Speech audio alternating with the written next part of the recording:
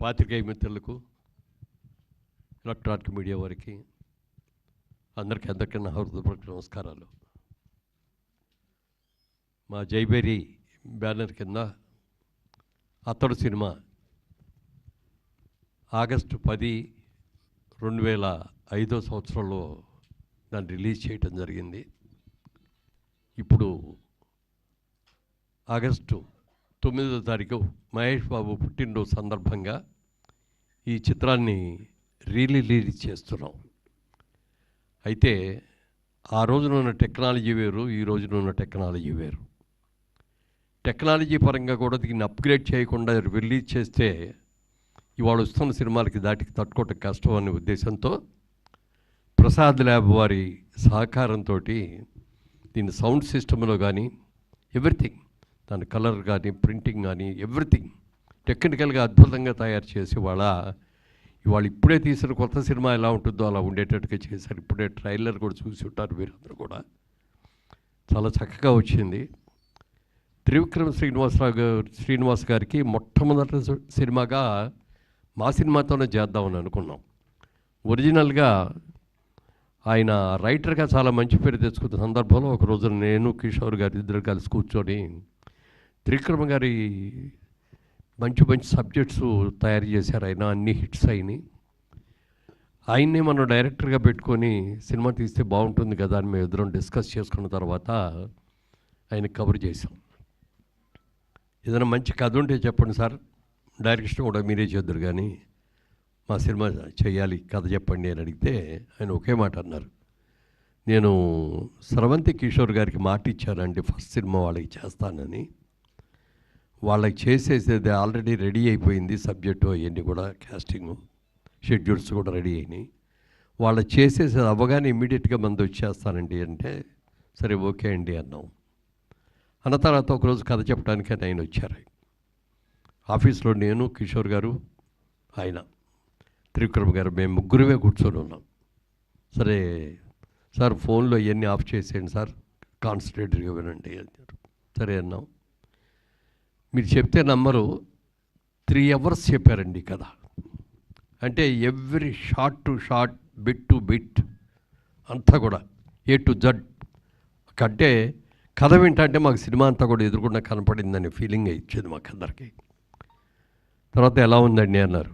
ఎక్సలెంట్గా ఉంది సార్, చాలా బాగుంది.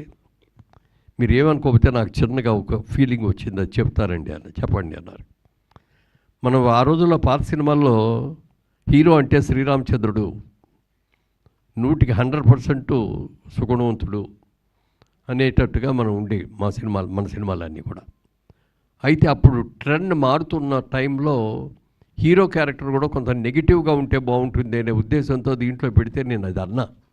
కొంచెం ఆ బిగినింగ్ పార్ట్ కొంచెం నెగిటివ్గా ఉందండి క్యారెక్టరు హీరోని అని అంటే అప్పుడు ఆయన అన్నారు త్రివిక్రమ్ గారు, ఇది ఇవాళ రోజున ట్రెండ్ ఇదండి. ఇవాళ ఇంగ్లీష్ పిక్చర్స్ మీరు చూడండి, లేకపోతే హిందీ సినిమాలు చూడండి, ఏ సినిమాలు చూసుకున్నా కొంత యాంటీ క్యారెక్టర్ ఉంటేనే జనం కూడా లైక్ చేస్తున్నారు.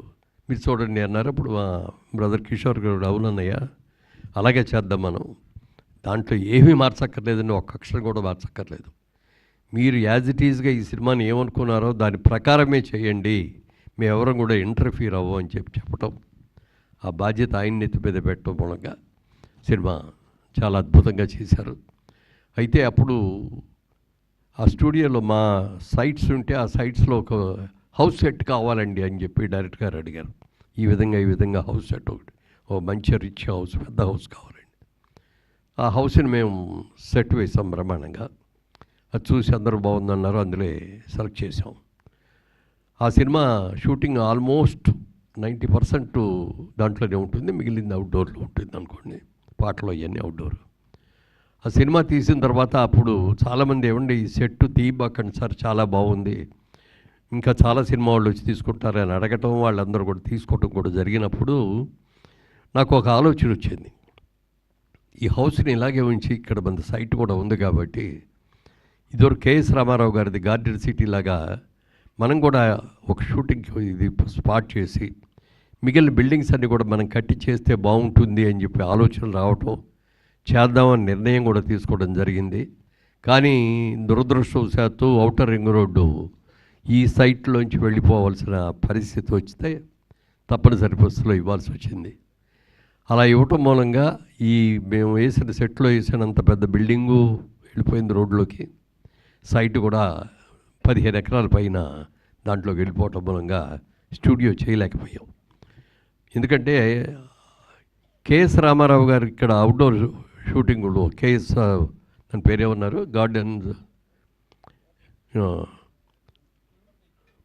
అదే కేఎస్ రామారావు గారి స్టూడియో, అది అవుట్డోర్ షూటింగ్ లాగా చాలా షూటింగ్లు జరిగాయి. ఆ తర్వాత క్రియేటివ్ కమర్షియల్స్ వాళ్ళ స్టూడియో లాగా అది వాళ్ళ బ్యానర్ కూడా అనుకోండి.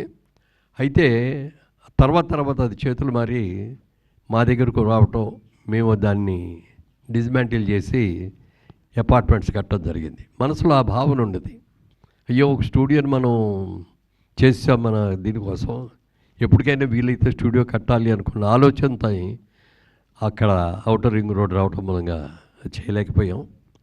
ఈ సినిమా చేసేటప్పుడు మహేష్ బాబు గారు కూడా ఎక్సలెంట్గా ఆయన కోఆపరేషన్ ఇచ్చారు. ఎన్ని డేట్లు కావాలనేది కాదండి, సినిమా బాగా రావాలి అని చెప్పి చేయటం. మరి పాటలకు కూడా ఎక్కడెక్కడికి కూడా వెళ్ళి పాటలు తీయటం కూడా జరిగింది.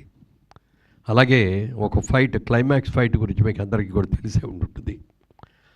ఇప్పుడు ఈ రోజుల్లో చాలామంది చాలా డేస్ తీసుకొని చాలా కాల్ షీట్స్ తీసుకొని చేస్తున్న మాట వాస్తవమైతే, అప్పటి రోజుల్లో అది 28 రోజులు క్లైమాక్స్ ఫైట్ తీశారు.